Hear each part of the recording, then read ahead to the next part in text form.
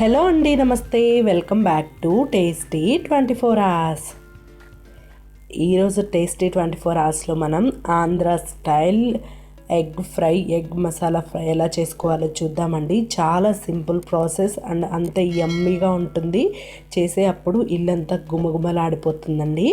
దీనిలోకి వేసే కారం వల్ల అంత టేస్ట్ వస్తుంది. ఆ కారం రెసిపీ నేను లింక్ డిస్క్రిప్షన్లో ఇస్తాను, చెక్ చేసేయండి. చాలా సింపుల్గా చేసుకోవచ్చు. చూసేద్దాం ప్రాసెస్ ఏంటో. ముందుగా ఎవరైనా కొత్తగా ఈ ఛానల్ని విజిట్ చేస్తుంటే ప్లీజ్ అండి సబ్స్క్రైబ్ చేసుకొని సపోర్ట్ చేయండి. రండి మరి ఎగ్ ఫ్రై ఎలా చేసుకోవాలో చూసేద్దాం. ముందుగా మీకు ఎన్ని ఎగ్స్ కావాలంటే అన్ని బాయిల్ చేసుకొని పక్కకు పెట్టుకోండి. ఇప్పుడు స్టవ్ మీద ప్యాన్ పెట్టి ఆయిల్ని హీట్ చేసుకోవాలి. కొద్దిగా ఆయిల్ ఎక్కువగానే పడుతుంది ఈ ఫ్రైకి.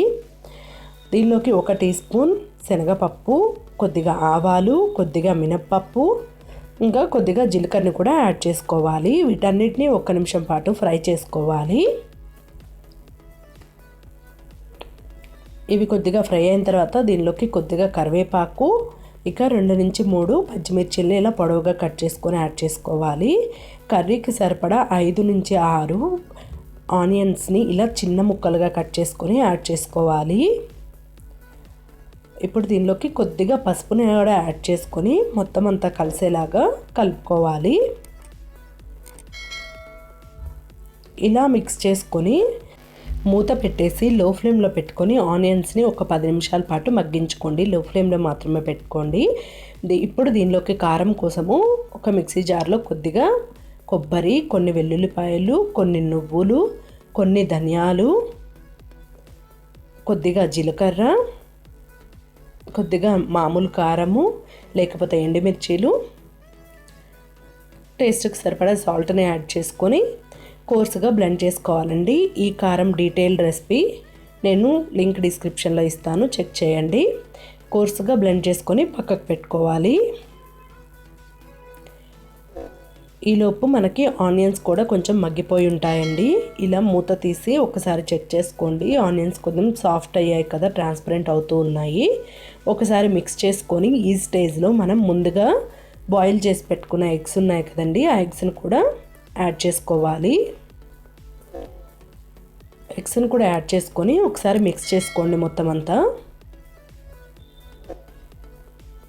మూత పెట్టేసి ఒక 5 నిమిషాల పాటు లో ఫ్లేమ్లో మగ్గించుకోండి. అప్పుడు ఆనియన్స్ ఫ్లేవర్ ఎగ్స్కి పడుతుంది, బాగుంటుందండి కర్రీ.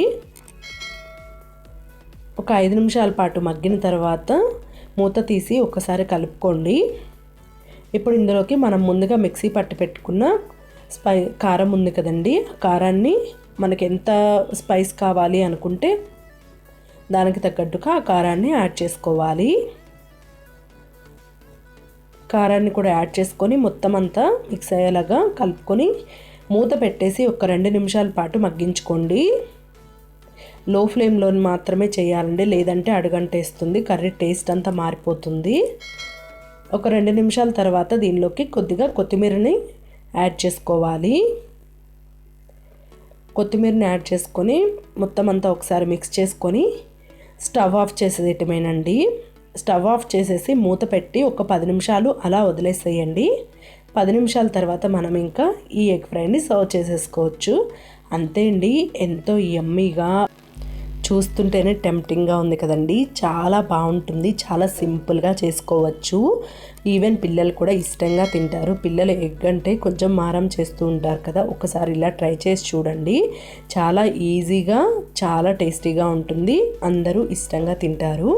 ఈ వీకెండ్లో మీరు కూడా ట్రై చేసి మీకు ఎలా కుదిరిందో కామెంట్ సెక్షన్లో అయితే షేర్ చేసుకోండి.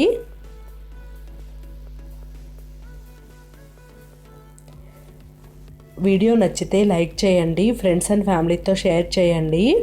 టేస్టీ సింపుల్ రెసిపీస్ కోసం టేస్టీ 24 అవర్స్ ఛానల్కి ప్లీజ్ అండి సబ్స్క్రైబ్ చేసుకొని సపోర్ట్ చేయండి.